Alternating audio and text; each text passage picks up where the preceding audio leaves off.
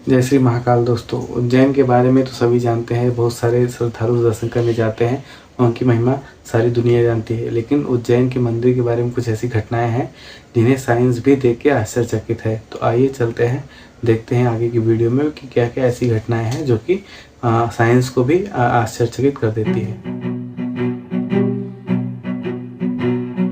सदियों से मानता है कि उज्जैन के राजा सिर्फ महाकालेश्वर हैं, और यही कारण है कि यदि कोई मंत्री या कोई प्रधानमंत्री या राष्ट्रपति, कोई भी उच्च अधिकारी या फिर कोई राजा वहाँ पे रुकता है। स्वयं विक्रमादित्य भी रात को उज्जैन में नहीं रुके थे, वो उज्जैन नगर से बाहर रुके हुए थे। मानता ही है कि जो वहाँ रात रुकता है, ये माना जाता है कि वो महाकालेश्वर को चुनौती देता है।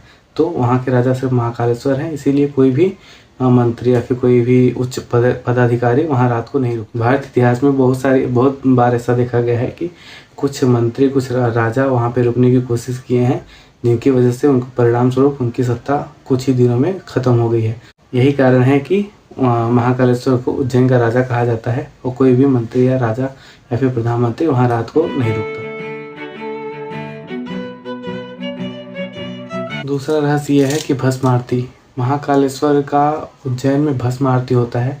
पहले उनकी भस्म आरती चिताओं की राख से होती थी, लेकिन अभी के समय में ये गाय के गोबर, उपले और चंदन, बहुत सारी लकड़ियाँ और बहुत सारे तत्वों के साथ अभी उनकी राख, उनको जला के उसके राख के साथ उनकी आरती होती है। बहुत समय पहले ये चिताओं की राख से होती थी, लेकिन अभी के समय ये बंद हो गया। आज भी उनकी नियमित रूप से भस्म आरती होती है, और भस्म आरती के समय महिलाओं को घूंघट रखना पड़ता है और पुरुषों को धोती में रहना पड़ता है। माना जाता है कि ये उनका निराकार रूप होता है, इसीलिए भस्म आरती में महिलाएं घूंघट कर लेती हैं और पुरुषों को धोती पहनना पड़ता है। तीसरा और सबसे बड़ा रहस्य ये है कि 12 ज्योतिर्लिंग में से महाकालेश्वर का ज्योतिर्लिंग ऐसा है जो कि दक्षिण मुखी ज्योतिर्लिंग है।